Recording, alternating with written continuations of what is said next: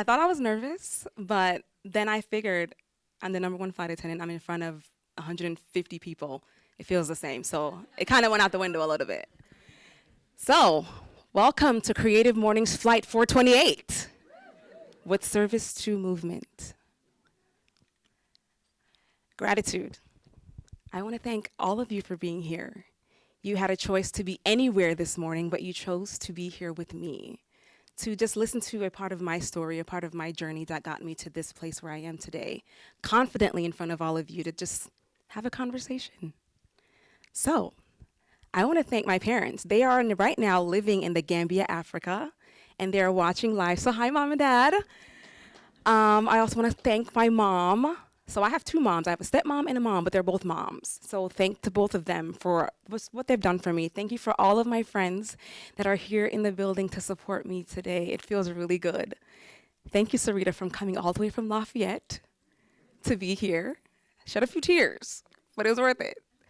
Thank you to my therapy family, all of the flight attendants who are tuning in live right now. Thank you so much for your support. You guys definitely keep me going. But the topic that we're talking about for this month is movement. What is it? How do we get there? But before we do that, I think it's best you guys know who I am. So, my name is Nastassja Lewis. I come to you by the ways of Spanish Town, Jamaica. Came to the US when I was 9, but Indiana raised me. And I never thought I would be here because Indiana is a far ways from Jamaica. And why would we come to this cold place that all they talk about is corn? But as I've grown to know, it's more than just that. This place is filled with so much community. As a child growing up, I was not this vocal. I was always the quiet one, like to blend in with the crowd, always hid. And because of just certain things growing up and just culturally, sometimes a child is seen and not heard. And I'm sure a lot of us can identify with that. And I took all of those things into adulthood. I would shy away from conflict. I would basically just, I'm not here, basically. Everyone else, you guys do it all. And into adulthood, it became a point where I could no longer be silent because I was silently suffering. And that suffering led me to a very short-term marriage. I became a mom at 20 years old. So I grew up with my son, Ian. He's 14 now, the most amazing young man ever. And I'm saying that because he's mine, but he's amazing. And that trajectory after my marriage led me to aviation. I wanted to run from everything that was a torment to my internal spirit. And I applied during the time after, because they didn't, probably about after 9/11, there was no hiring of flight attendants anymore. And so when I was like, yeah, sure, let me just jump on in there. Applied, got in the first round, and that's really hard to do because they say becoming a flight attendant is like getting into Harvard. It's not a big high percentage. So I got in and I fell in love with the job. It was amazing. And they say whatever you run from eventually will catch up to you. And things started to catch up and I started to become really, really uncomfortable. And that gets me to the segue of moments. All of us, since the day we were born, have moments. Joyful moments, tough moments, moments where you feel like, I don't want to live anymore. I was at that place from 2017, 18. I was plagued daily by suicidal ideations. My son has a great father. I was like, if I'm not here, he'll be just fine. My parents are here. I'll be good. And it just kept happening and happening. But I did not want to die, but I felt like it would be better to stop the pain I was going through by no longer existing. And so 2018 came and a voice said to me, Nas, make a Facebook group. Just make a group and just talk. And the thing about having moments is we don't show all of our moments that we go through, whether that be to our friends and family, social media. We don't show those things. We only show the good things. We're on the beaches in Florida on spring break. we're showing our dinner parties, we're showing all these wonderful things in our lives, but the times that are hard, we don't really talk about those things because one, we have a fear of how we're perceived. We have a fear of, I'm embarrassed. I don't want to show my true self because maybe nobody will understand. But do we give each other the chance for them to understand? And so I ignored the thought and just kept going.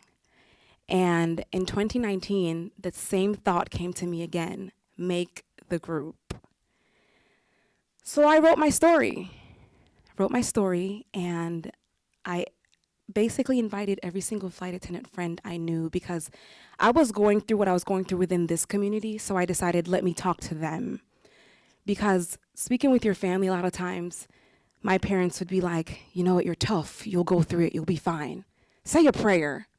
Nastassja, drink little tea. You'll be all right. But the tea was good, but it was just a temporary feeling of I'm having this moment. But after I finished drinking the tea and after praying, I'm still feeling very much sad. Therapy, especially in communities of color, is not talked about enough. We don't send our people mostly to therapy because we rally around our churches, our communities, and that's totally fine. But I knew I needed more than just that. And so I held on to my story until I could not hold on to it anymore. And so I shared my story with my colleagues, and it became a huge Me Too movement. Everybody that was invited said, Nas, why didn't you tell me I'm going through the same thing too? Why didn't you say it now? We lost flight attendants to suicide, but nobody talks about it because it's just another moment and we just keep going. Somebody needs your moment, whatever that moment is in your life that is pushing you, whatever that moment is, somebody needs what you have inside of you because it is the currency that can possibly be the payment for the life of another. I realized that when the world changed the next year in 2020 and we had COVID. Aviation basically was a very quiet place. I walked through empty airports and my colleagues were uncertain about what's next for all of us. What are we gonna do? Airlines closed down overseas. And mine, they were like, yeah, I'm gonna furlough all of you. You guys gotta find something else to do until we figure out what this thing is. And basically, all of us now had a moment and a story to tell each other. And that group grew from probably 15 to 20 flight attendants to now, to this day, is over 5,000 flight attendants in that group that are still telling their stories and their moments. My question to all of you is, what are you waiting for to tell your story? It only takes one of us to say, I'm hurting, and then all of us can say, me too. So the Me Too movement is not just about sexual violence. It's in so many industries that we all support. So the Black Lives Matter movement, what happened? A moment happened for that to come about. Me Too, a woman dealt with sexual violence and gave everyone the platform to be seen. And that is basically a segue into my next talk. Your belief systems, your communities, your friends. Validate each other. A lot of times we don't tell our stories because nobody is validating them. A lot of times we don't give each other the room to validate our stories so that they can become walking movements for others to feel seen. Tell each other. Tell each other. Sometimes you may not identify, but having somebody validate the way that you're feeling, your experience, your moment, can sometimes mean life or death. So tell each other and validate each other that, yes, I'm going through this. Is this a safe space for me to just be? And with that, so much more freedom would be available to all of us who need it. So, to take the curse off of my moment, I decided to name mine. and I named it therapy. I'm going to try not to get emotional about this because all of this that I'm speaking about is very personal for me. This organization saved my own life, and I was the one that created it, but my colleagues saved my life, and they have no idea. This creation was the beginning of me being able to tell about my moments, whether personally or within this profession. There are so many flight attendants who are traveling around this globe who are not well. And that could be physically, mentally, whatever it is.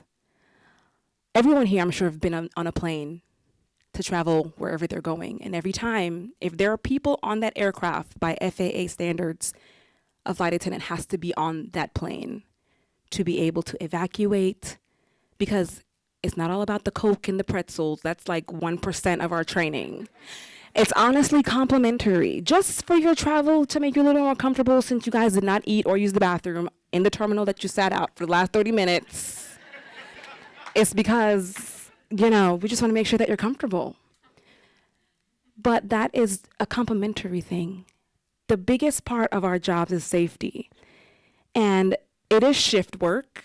And we all know with shift work comes fatigue, comes different time zones of how we are operating aircrafts and laying over and weather delays and all kinds of stuff.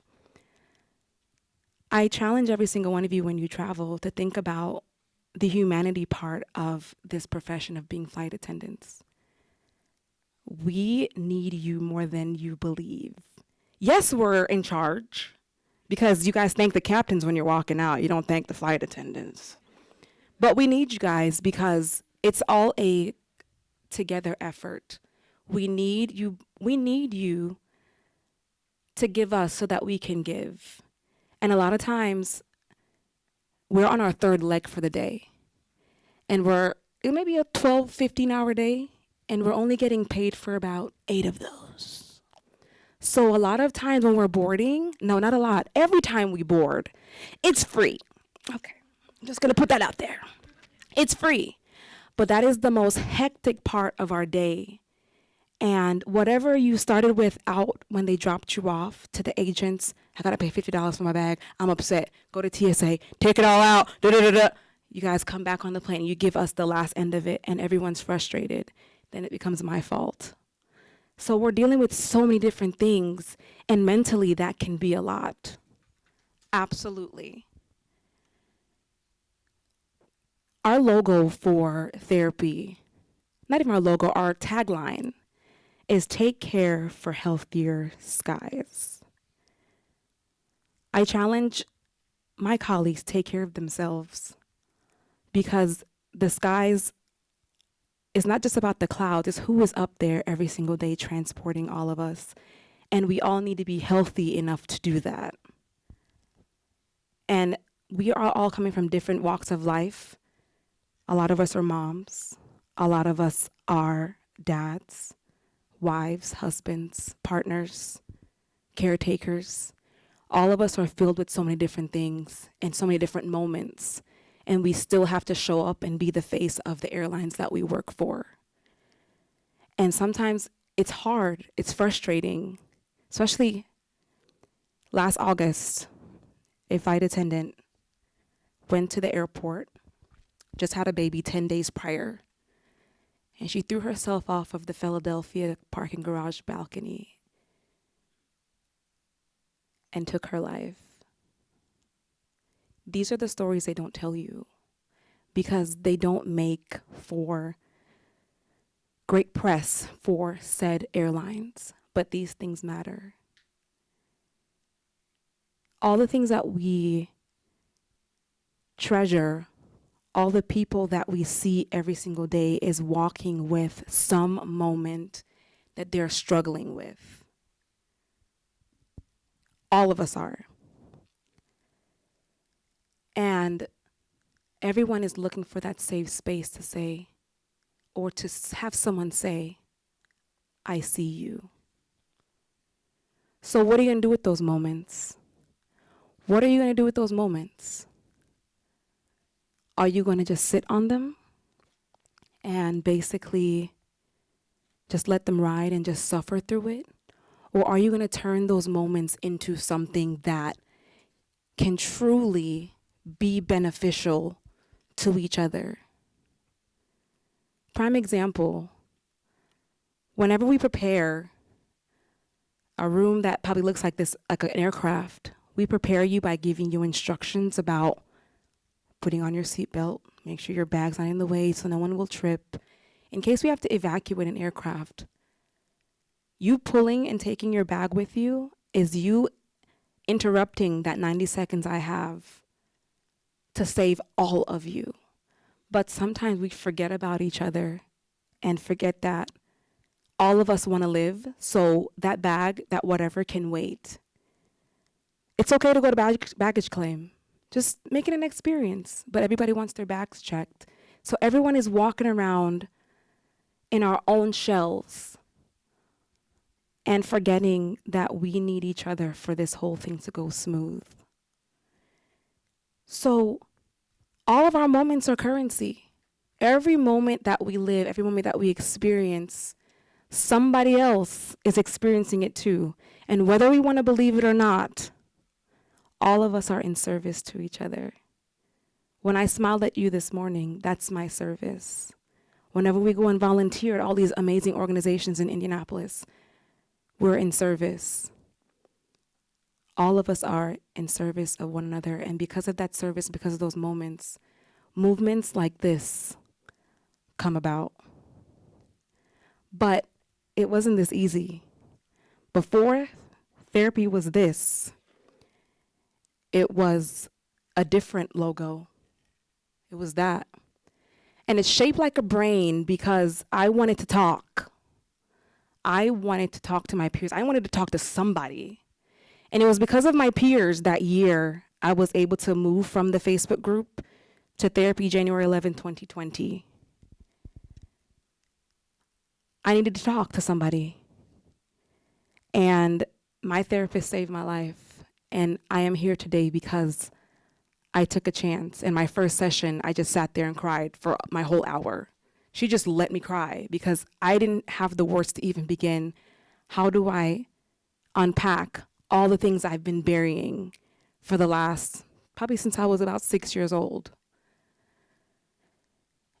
And I talked for that whole year, and being furloughed helped that because I was able to fully invest and not have to fly every single week.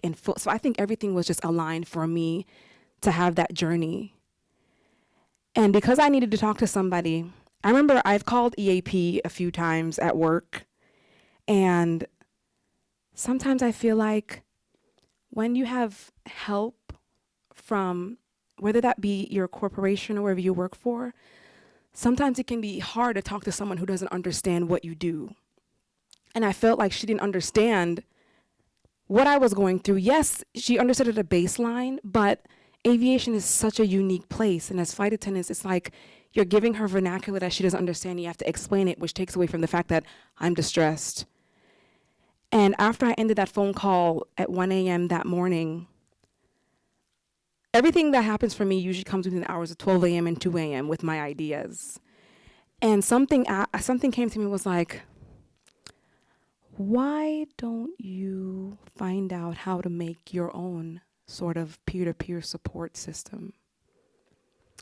And I went looking and digging, and I found Twilio. And I found out that they were like the backbone of so many companies that are about the mental space and about giving life to peer-to-peer support or just chats. And so met up with them. And at first they were like, yeah, it's going to be $15,000 for all of this. So you want to get started? And I was like, we're grassroots. We're probably not even grass. We have dirt. So who's going to pay for that? And they found a developer, and we formulated a great relationship. And by the end of that, he was like, Nas, I believe in your mission so much. Slide me $1,500 and we can build this thing. And out of that was born the therapy text line. That text line has been an amazing journey. Basically, that text line is a way for flight attendants to speak to each other, formulate understanding, and feel supported by your peers 24/7, 365. Then, at the beginning of last year, we integrated it with WhatsApp, and now it's global. So flight attendants everywhere can now speak with each other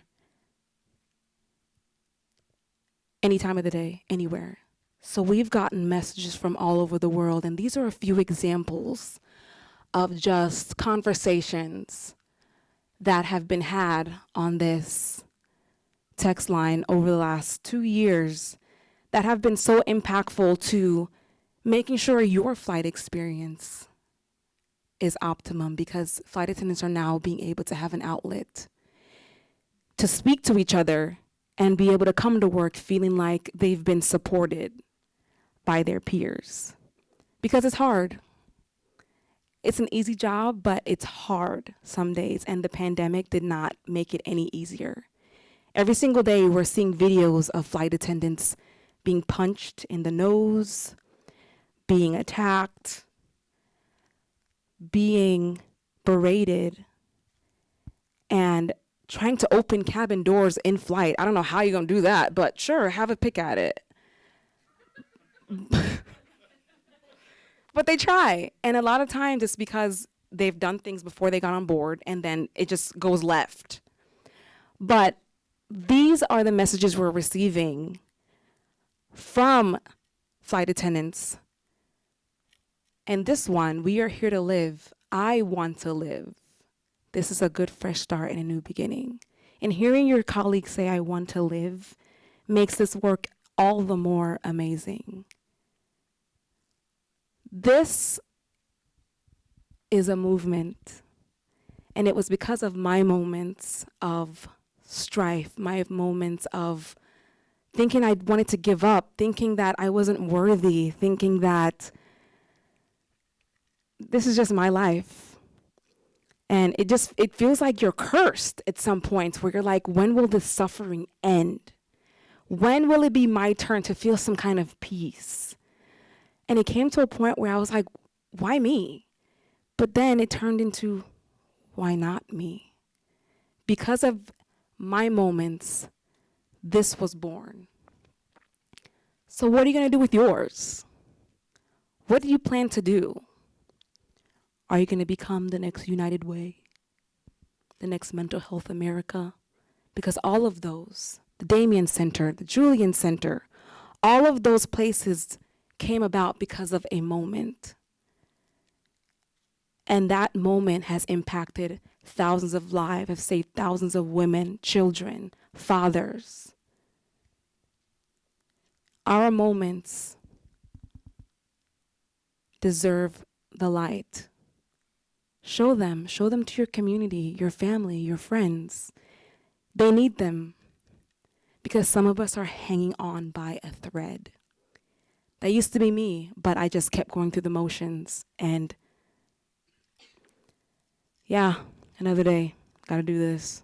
The kid, the life, the husband, all of those things. And we just go through it. But it's so much better when you share it. So much better. Your moments, they produce more for the greater good. They produce more for the greater good. So I leave you with these 3 quotes that can sum up this talk. And I'm sure everyone's heard this one before from Marianne Williamson. Our deepest fear is not that we are inadequate. Our deepest fear is that we are powerful beyond measure. It is our light, not our darkness, that most frightens us. We ask ourselves, who am I to be brilliant, gorgeous, talented, fabulous? Actually, who are you not to be? You are a child of God. Your playing small does not serve the world. There is nothing enlightened about shrinking so that other people won't feel insecure around you. We are a link to shine as children do. We were born to make manifest the glory of God that is within us.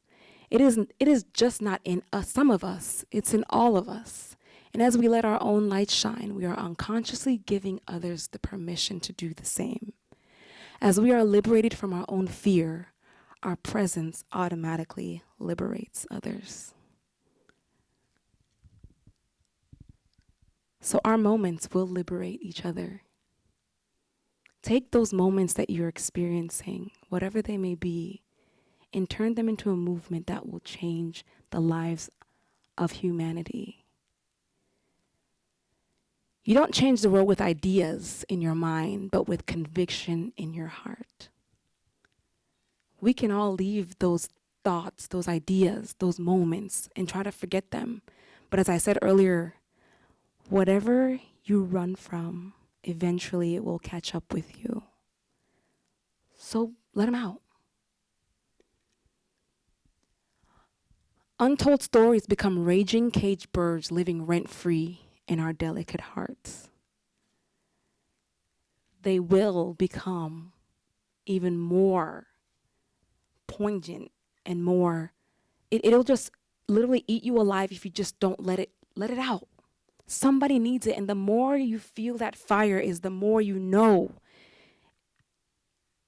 it's coming from someplace and somebody needs what you've got.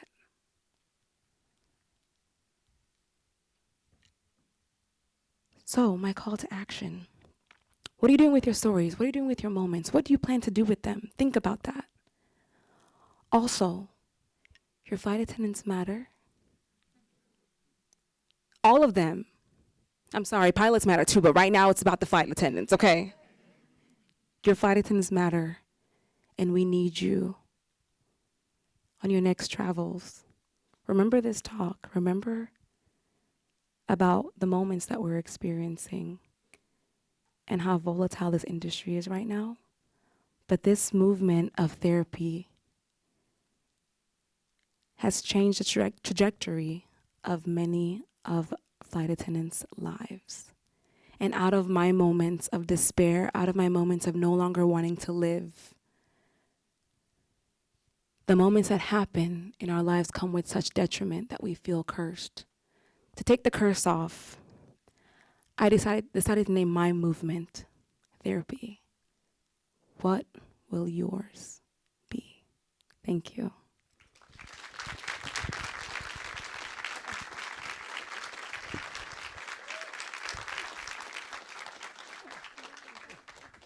Great job. Yeah. Awesome. Okay, we've got time for a few questions here from the audience and from the Zoom group. So I got one texted in here from the group that we can start with this. It's an easy one. If you could go anywhere in the world and not have to work, where would you go? And not have to work. Wow. There's so many great places. Honestly, I would like to go home back to Jamaica. I love my culture. I love my people. I love the food. So yeah, I would go home back to Jamaica because that is a great island. I don't know if anyone's been, but that's my place. Yeah. Anything in the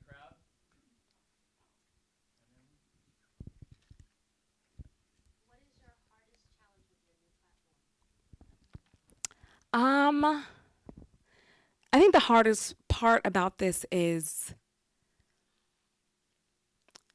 flight attendants have been around for years. And educating the world about our plight and educating aviation in general that we are actually important and the things that we go through has been quite hard because I don't think anyone ever thought about it.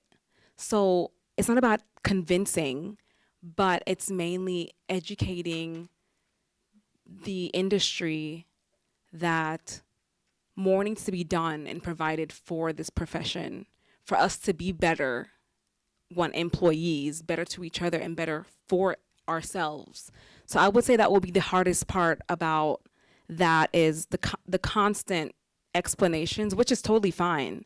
But it's just really surprising that so many did not know this was going on in aviation because, like I said, most people just know flight attendants for service and not for the safety aspect of all that we do and all the responsibilities that we uphold. And the fact that every time I sit on a jump seat, I'm literally repeating over and over when we take off, when we land, drills in my head to make sure things go the way they're supposed to be.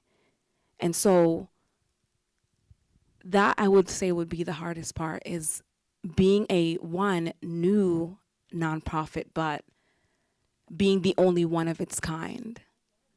So that is definitely a challenge that I'm okay with and still 3 years later doing the work. So yeah. Yes. Is there therapy swag that flyers can wear so that when we sit down, Absolutely. Absolutely. Absolutely. We do have swag on our website, cups, coasters, stickers, all that stuff. Oh, I have buttons too. So let me know. So I'm sure Ryan will provide all the information about how to get in contact with our organization and how to best support the work that we're doing because, like I said, every single donation goes directly right back into the organization to keep that text line alive. And so supporting by purchasing merch definitely is a great way to do that. Yes, sir. I know in light of COVID and all the incidents that have been taking place in the air, they've talked about having like a do not fly list. Is that something the general community is, I would imagine it's a pretty simple answer, but is that something you've thought about mobilizing to lobby for? So currently, our government affairs, so the airline I work for is unionized, and we do have a government affairs committee. And right now, with the FAA reauthorization bill, that is something that we are advocating for. And this is the thing: money walks and BS walk, but money talks and BS walks at this point. And the money is what. So basically, there is a do not fly list, but it's like, yeah, but yeah, no. Does that make sense? Right, it's very subjective, and it's still a bill that has not been passed as yet because they're still trying to figure out the ins and outs of how to make that work because people still have to move and go this place and that place. But it is still a thing that we are a part of that conversation to keep flight attendants protected and to give us a say in how we feel protected because obviously none of us can walk around and carry pepper spray to work or any kind of weapons of any kind. We're left to our own vices. And the pilots can do certain things and be armed, but they're behind a door and I'm the one getting punched. So it's still a talk and it's still a bill that is currently in the House being discussed as we speak.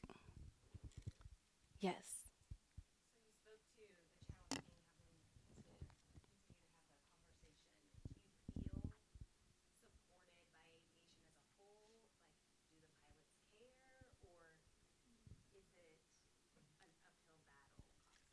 So honestly, I wouldn't say that it's a fight because the pilots have their own unions and their own everything, and then we're over here. We, as far as an organization standpoint, because we are new, I have not fully asked for their support just because we're shining a light on issues that can impact the face of the airlines per se. And because I'm still an active flight attendant, I have hid behind this organization for years, speaking about all these disparities without trying to lose my job because I still love to fly, but I have to be very careful. As far as pilot support, we do have pilots that actually text the text line saying, I just want to talk to somebody. I know this is a flight attendant text line, but I just want to talk. And we never will turn anyone away. One of the union chairs for their peer-to-peer support reached out to me a few weeks ago wanting to start the same thing for them. And I'm like, I want to just start it yourself, but I will do it. No, I will do it because that means we'll have to change our language with how we approach this now to be more inclusive of everyone. And I believe that will be in the future, but as of right now, I am so busy advocating for my peers, and I don't know how my peers would feel if I jump ship and added another one. So that's another conversation. But the support is there. Yes. I'm curious about how you went about staffing the talk line, Mm-hmm. the training that's involved for those advocates, and Yes. then how you make sure that they can prioritize their own mental health while supporting people at your job. Absolutely. So basically, it's a very simple application. We do background checks on everyone. And then we have a training that we've developed with another organization that they go through. It's about 5 to 10 hours, depending on how long you want to take to do it, which shows your commitment to wanting to finish and be a volunteer. And our volunteers are from any airline, as long as you're current. Even retired flight attendants have joined the ranks to volunteer. And as far as them prioritizing their mental health, so the way we operate, we don't operate on shifts. Anytime someone texts a text line, it goes to every single volunteer. And if you are available, you pick it up. And they always get picked up. And sometimes I'm up at 3 o'clock in the morning, 2 o'clock in the morning, because now it's global. So they're awake, I'm asleep. But guess what? We still have to answer them. So that's how. So if you don't feel you have it, another volunteer will pick it up. So you're not obligated to say, I'm 4 to 10, I have to be on here. So, so you're not burnt out. Because sometimes I get burnt out myself, but my fire and my love for this profession and making sure that I support my peers goes above sometimes even my own ones. And that comes as a founder anyway, that you're just like, oh my gosh, I gotta make sure everything's perfect. But that's basically how I make sure that everyone has a choice if I want to talk or I don't want to talk, essentially. Yes, did you have a question? I got tissue, girl.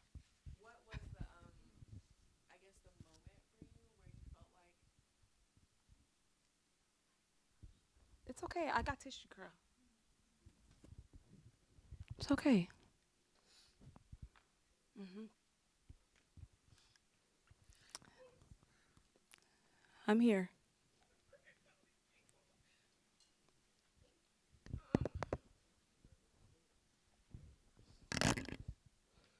It's okay. Breathe.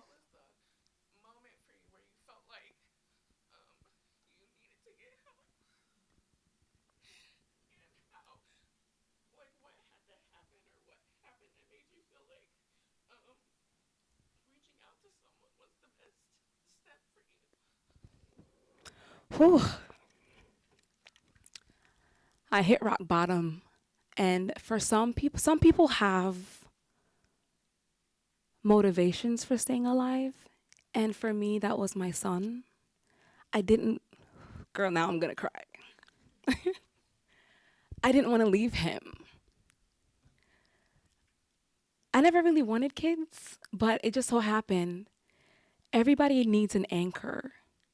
What's your anchor that keeps you still here? Focus on that one. And two, sometimes you have to just blindly trust that somebody cares. But for me, I hit rock bottom so badly that I don't feel like I didn't have a choice because I did want to live. I just did not know how. So I went to the safest place I thought would be a group, made it private, and spoke to people who knew what I was going to talk about and could identify in some way. But I don't know if that answers your question because it's so loaded. But definitely, if you're feeling like I need to talk to someone and it's still lingering and it's eating you alive, do it. Just do it. Because I was there where I felt like, one, I didn't feel like I trusted anyone because I didn't feel like they would understand. And, we're all living our lives and we have these perceptions of ourselves and what we want to keep. Well, we want to keep that perception that we feel. We don't want, we want to just keep what they see and we just hide. But don't. Be vulnerable and say, I am worth living. I am worth this moment that I'm like, you know what? I want to feel better so that I can be better in the future. So dig for it, but that feeling that you have right now is the time that you say, I want to talk to somebody. And if you need a resource, we can talk after because I got plenty of resources. Brent? So Mhm. Is there a way to donate on your website? I know you mentioned merch and like swag and stuff. Like, what do we go to do donating and buy the stuff? So you can go to gettherapy.org and there is a donate page. We don't just have the text line, we also assist flight attendants with their mental health funds and also, of course, the merch. So it's getthairapy.org. And you can go on there and donate to our cause as well as just look at all the things that we're doing. So that is definitely where we do a lot of our work, but you can also follow us on Instagram at therapy, th.air.apy on IG and follow our work because, like I said, all of this benefits all of you and your travel experience. And all of these moments make for our society to be better. So thank you guys.